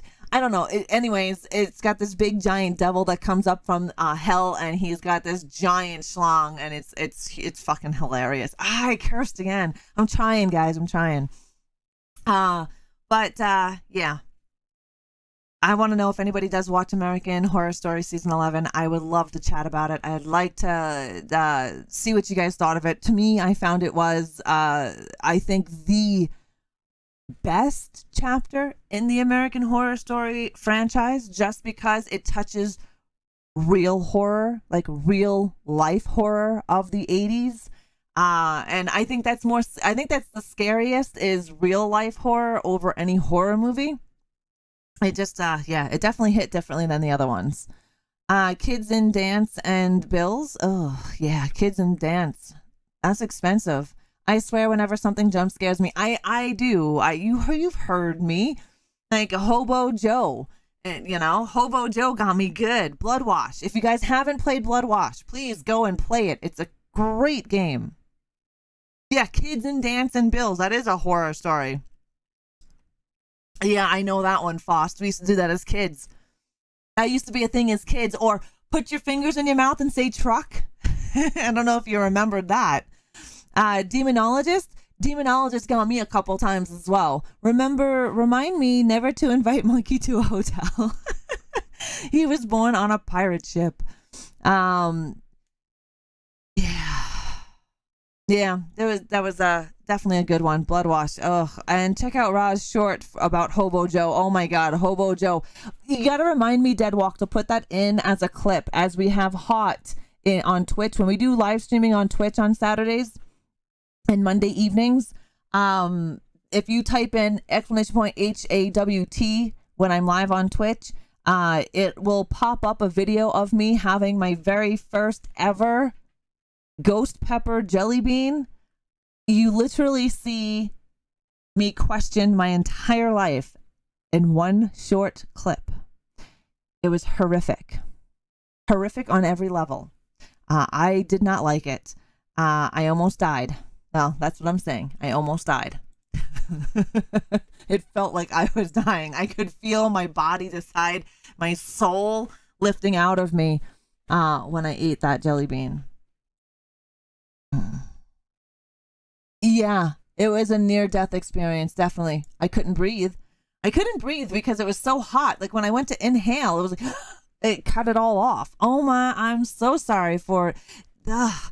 Yeah, I didn't even swallow it, Dead Mom. I couldn't even swallow it. I put it in my mouth. I bit it 2 times. I look at my camera because I felt it. It hit my uvula, and that was it. I was dying. Stray Souls will be a good horror game. Nice, Punisher. There's so many games coming. I'm so excited for Dead Island. Did you guys hear about... So I have some crazy news. I was going through some shit on Twitter on my lunch break. Hello, Robert. How are you? I love spicy, but can't do it because of my stomach. I don't like anything spicy or sour. And it's not because of my stomach. It's because of my taste buds in my mouth. I like my mouth the way it is. Loved Blood and Honey as well, Robert. I enjoyed Blood and Honey. I walked away with numerous feelings from that film. Earlier, if you watch my VOD, I will actually cut up my VOD to have chapters so you guys can see the Blood and Honey part. I walked away from Blood and Honey with a few things and a message, and I really enjoyed it. I thought it was great. It definitely was fun, Mika. Yeah, Dead Island this Friday. I'll be playing it at 1:30 p.m. Mountain Time. I am so ready for Friday. 1:30 p.m. Mountain Time is my new stream time for Fridays. Thank God for no swallow. Can you imagine the exit of that nasty bean? No, I could not, McLean. I could not. I would just die. I had to spit it out because it was so bad. I actually remember it. I drank ranch dressing when Cereal brought me hot wings and he was like, these aren't hot. I was drinking the ranch dressing to get the spiciness out of my mouth. Yeah, Gortastic. It's going to be fun. I can't wait to see how they set up the cinematic universe. I can't wait. I'm really excited to see what the future is in store for us with that universe. I think it's going to be fun. Low budget horror is where it's at. I love low budget horror. I think Winnie the Pooh, Blood and Honey, it touched all of, you got your gore, you got your slasher. You got your nightmare fuel with Piglet's face and Winnie the Pooh's face, because that was nightmare fuel. It wasn't perfect by any means, but what horror movie is perfect? There is not one horror movie that has been perfect. Well, no, I shouldn't say that. The Thing is a friggin' masterpiece. The Exorcist is a friggin' masterpiece.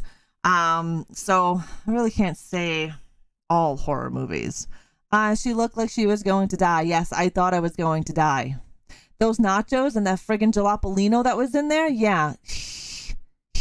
Not a good time. I actually played a dead body for my friend in a couple of crime scene photos that he made that were not real. He's really good at his makeup effects, so washing off the fake blood takes a while. Yeah, washing off... I have some Mia as well, where I'm playing dead on the floor. Winnie with the bee telekinesis was great. It reminded me of Candyman. And correct me if I'm wrong, I only got to see Winnie the Pooh Blood and Honey once, and I want to watch it again this weekend. Correct me if I'm wrong, did Winnie the Pooh say it's pooing time? As I could have swore I heard that. Mind you, I had lots of edibles that night. I was feeling great. But I could have swore I heard that, but I could be wrong. I could be wrong. There was a lot of shit that I was laughing at because those bees were funny. I thought the bees were funny. I don't know. It's like Christmas Bloody Christmas. I enjoyed that movie. Haha, sucker, you watch this shit.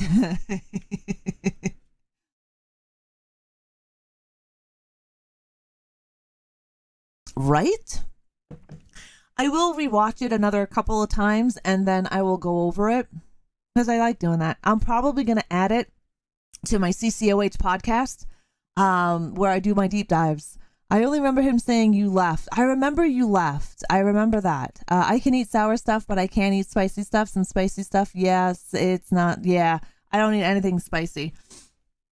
So I was flipping through Twitter while I was at work. You guys want to see some stories that I was reading? Some really freaky stories, like this guy who was driving a hearse was in an accident and he was transporting a body in that hearse and he nearly plunges over the cannon, but the dead body is what saved him. Yeah, I thought that was kind of crazy. That the body in the back that he's transporting actually saves him from plunging to his death. Christmas Bloody Christmas was good. Another low budget horror film that people still shat on, and I don't understand why they did, because it was a good film. The kills were awesome. It was bloody. Like, what more could you want? Yeah, have a good night, sweet screams. Have a good one, Punisher. But I read that today about a hearse driver almost plunging to his death, but the body in the back saved him. There's another creepy thing. This is creepy for me. So you know how AI is such a huge thing nowadays? AI, Chat GPT, all sorts of AI crap, AI art. There is an AI site that will find every photo of you online. Every photo that has ever been put online of you, it will find it. Where else can you see a Robo Santa kill an 8-year-old with an axe? I know, right? I love the fact that they murdered children. I mean, you don't get that a lot. I did not know you were, I grow and eat them, and yeah, I love them. They help with my pain. Which app? It's called Pim Eyes. Here, hold on. Let me switch my scene, and you guys can see what I'm talking about. Let's go to my game scene. I'm having some issues with my Stream Deck. Okay. So this is the creepy AI site. Hi, Savage Zombie Reviews. How the hell are you? So this site will find, yeah, every picture that exists of you on the internet. Pim Eyes. I don't have a link to the site, but kind of creepy. I am all good. I hope you're doing well. I am fabulous. I cannot complain. I am hanging out. We are checking out some. I spoke about Winnie the Pooh, Blood and Honey, and how much I enjoyed it and why, without spoilers for the most part. My next actual discussion on it will be on my podcast, where I will deep dive into it. That will be spoilers, but I have to watch the movie another couple of times and do my homework. Then we spoke about American Horror Story season 11. I don't want to spoil it. I want people to watch it. I thought it was like the best one. Good luck with that for me, AI, right? There's a lot of people who don't have pictures on the internet, but you never know what's on there. It is freaky, Mika. Damn, sucks for chicks who sell butthole pics on OnlyFans. Say bye-bye to that revenue. I don't know if it can get behind locked stuff. Hey, JJMPB. No apologies. No apologies. You're here now. That's what matters. I don't know if it would be able to get behind locked content. But isn't it kind of creepy? I would think it's creepy because it would be a stalker's dream. And I know I've had 2 stalkers before, and one was in the States, and she was crazy. And I said she, not a he. She was crazy. Stalked me for about 2 years. But this site it would worry me. It would worry me. A search of names gets a famous person from another country. Yeah, that they do. And I would think that you would have to know the person's name. Like, my real name isn't out there on the internet, so I'm not overly worried about it. But if you were to type in like ReAnimateHer or Ra, you'd probably find quite a bit of me, but nothing with my butthole, because I don't do those kind of things. No. But I don't think it can get behind paywall stuff like OnlyFans. And then listen to this shit. The decapitation. So if you read my Twitter post, you would know that I had in there decapitation. A man and woman in India decided to do a self-human sacrifice. They built a homemade guillotine. Just listen. They made a homemade guillotine. I don't know if I can show you guys some of the images, but maybe I can. Anyways, they have this altar, and this altar had a fire, right? So they made their altar for their self-sacrifice. They made these homemade guillotines. Both people went into the guillotine, lopped their heads off. Their heads literally went rolling into the fire. And their 2 poor children came in and found the site. They did leave a note saying that it was a human sacrifice. What? Just as well you've seen one butthole, you've seen them all. Exactly, McGlenn. Exactly. This is the couple with their heads, obviously. What it says here is a husband and wife from India simultaneously decapitated themselves over the weekend using an improvised guillotine rigged in such a way that their severed heads rolled directly into a fire altar as form of a human sacrifice, officials said.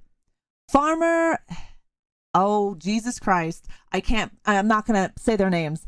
A farmer, 38, and his wife, 35, committed the sickening act sometime between Saturday and Sunday in the village of Vinchia, located at, oh my God, these names, Rajkot district of western state of, oh my God, okay? The couple first prepared a fire altar before putting their heads under a guillotine-like mechanism held by a rope. As soon as they released the rope, an iron blade fell on them, severing their heads, which rolled into the fire. It sounds like a normal Saturday night, right, Savage? Yeah, but fuck nowhere. Who thinks of these things? Why would you do a human sacrifice? Anyways, the couple's 2 children, ages 12 and 13, found their headless torsos when they returned home from visiting with their uncle in a nearby village where they had been sent by their parents the day before. Could you imagine the horrific sight and the trauma that those 2 poor kids are going to have to deal with? Wow, that was tougher than trying to pronounce. It was Deadwalk. That's why I just say I'm not saying it anymore. Because they're hard to pronounce. I don't know how to pronounce them. According to authorities, they found a suicide note written in their language stating that the couple had taken their own lives willingly and that no one else was to blame for their deaths, reported the Times of India. I didn't know people were still doing human sacrifices in any part of the world. Like, I didn't even know that was a thing. But I read this on lunch and I'm like, holy shitballs. One of the kids will grow up to be Batman. Could be. But definitely the poor kids who walked in on that. You would think the parents were sane enough to tell their kids to go to their uncle's house, but didn't think of the aftermath and the traumatic event of seeing your parents dead. Like, hi, Trixie, how are you? Well, yeah, definitely. It was definitely hard to pronounce. But yeah, that's the homemade guillotine.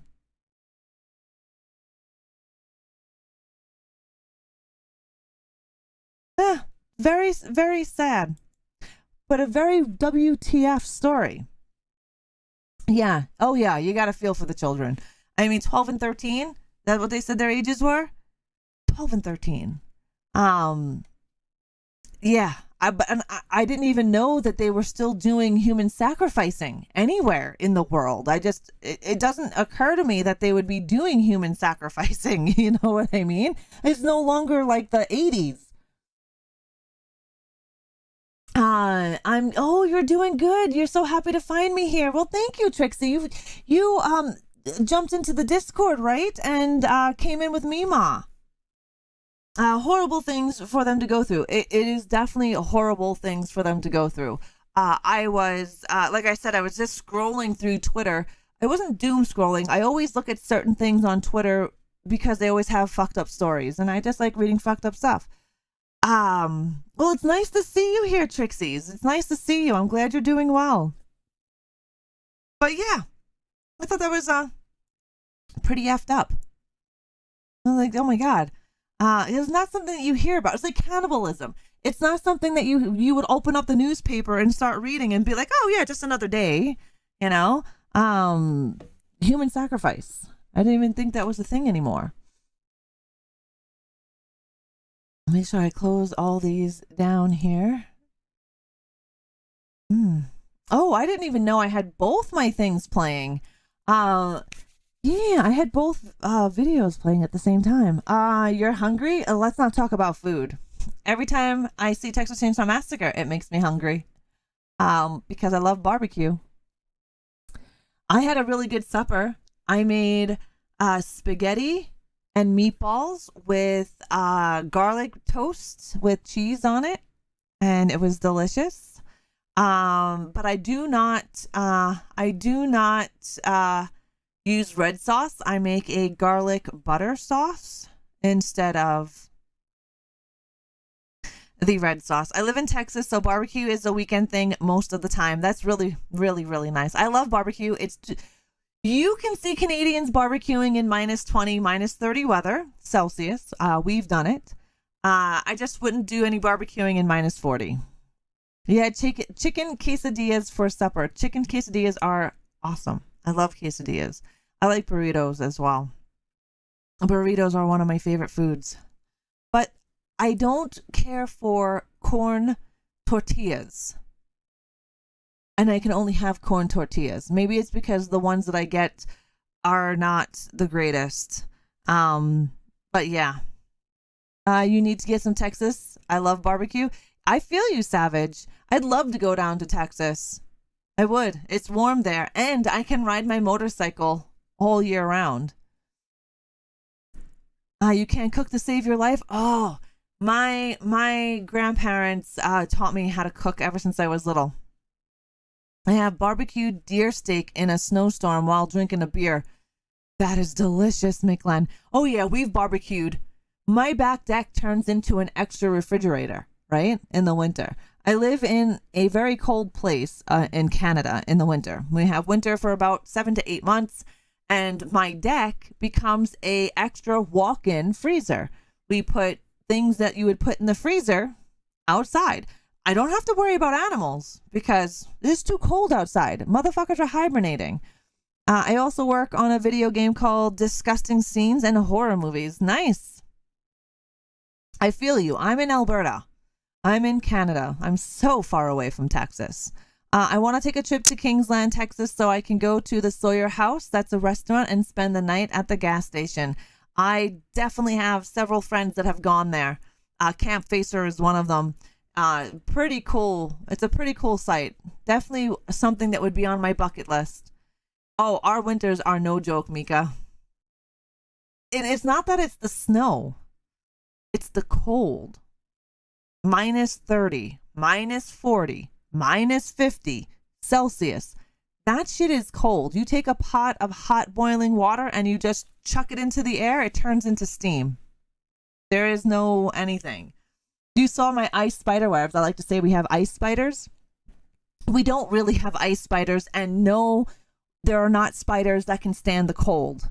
It's just when we get so cold here and it warms up, it gets foggy, and the fog freezes and it attaches itself to things. So if there was like a piece of leaf or like a piece of a spider web that was actually still on a lamppost, the condensation from the fog would stick to it, and then we have cold weather come in and it makes an ice chain. If you want to see them, there are on my Instagram. You can actually check out my ice spider webs, but we had them all over my house, and it's just crazy to see. We had a very foggy year so far too. We've had days that you get frostbite in seconds. Yes, within seconds. Gotta go. It's late here. Pleasure chatting. Have a good one, Savage. Thank you for coming by. My friend visited the house from the remake, but he had to get permission from the guy who owned the house. Yeah, definitely. I'll slash you later, Savage. Thank you for popping in. But yeah, I thought that was pretty cool. Those spider webs, ice spiders. I was telling people we have ice spiders, and people were believing me, and I'm like, nah, we don't got ice spiders. Oh, before we end this evening, I wanted to tell you guys, Insidious is coming. Yeah, Insidious Red Door is, the trailer drops tomorrow. Blumhouse was teasing us today on Twitter, so I wanted to make sure you guys are aware that the new Insidious chapter is dropping. The Red Door. It is going to be released in July, but the trailer is coming to us tomorrow sometime. And that's why not all Canadians write names in the snow. Right? Not all of us. It's too fucking cold out there. At least now it's warming up. I will say, I want to say we hit 9 degrees today, Celsius. Or 10 degrees Celsius. I can't remember. It was, it was under 15. It was under 15. I can't remember if it was 11 degrees or 9 degrees. But that's warm. I had my back door. I got home, opened up my windows, opened up the back door, and let the cats out. Yeah, the trailer drops tomorrow. I'm excited for it, Mika. I like the Insidious franchise. I do. I like the Insidious franchise, and I am looking forward to seeing it. Well, I'm glad to find out the guy who killed my godmother and her friend is in a DUI car crash, got 30 years. Oh, wow. Well, sorry for your loss there, movie reviews. And good. 30 years is not long enough in my eyes.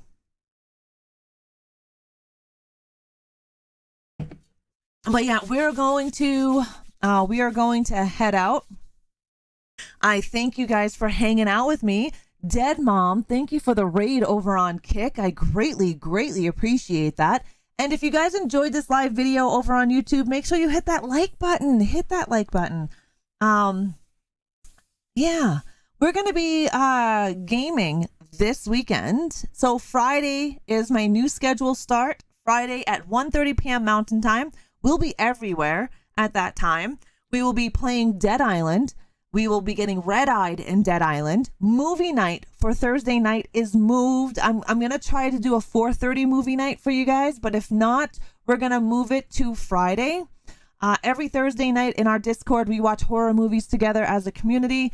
But this Thursday night, I am going with the Spawn to see Evil Dead Rise at a advanced viewing. I will be playing Dead Island 2 Friday night as well. It'll be all sorts of Dead Island. Saturday, I also actually have a very special guest coming on for an hour. She is a new comic book creator, and we're going to sit down with her at noon on Saturday. So there's going to be a little bit of a schedule change for Saturday, but at noon, we're going to be sitting down and chatting with a comic book creator. I'm really excited. Can't wait. I can't wait either, Mika. Thank you guys for being here. That happened in 2007. Oh, Kick is freaking out on you? Oh no, maybe it's time to go to bed. But thank you guys for, hanging out with me here on Kick. Thank you for hanging out with me on YouTube. I hope everyone had a great time. Thank you so very much for listening to me rant and chit chat. Thank you for spending your energy here with me and hanging out. I do greatly appreciate it. And I will see you guys we're going to hang out on Friday, 1:30 p.m. Dead Island, and we're going to kill shit together. And then we're going to kill shit Friday night as well. You're welcome. I love horror movies. Horror movies are great. My mods, thank you very, very much. Dead Walking a Serial Killer for popping on in on both sides. Thank you guys for hanging with me. I hope you have an amazing night. Trixie, thank you so very much for coming over here as well and hanging out. I did respond to you in the Discord, but there was a lot of chatter, so I don't know if you missed it. You may have. Thank you, Serial. Thank you. And I will be going over my announcement on Friday in great detail. So if you missed my announcement tonight, I will be discussing it on Friday in great detail with all sorts of information for you guys. But yeah, have an amazing night. I love your guts. I hope y'all have a great sleep, and I will slash you all later. Bye-bye. Oh, you are so welcome, Trixie's mom. You're so welcome. Let's see. Oh, why aren't you ending? If you guys don't mind, Ghost described from my channel. Nice. Nice move.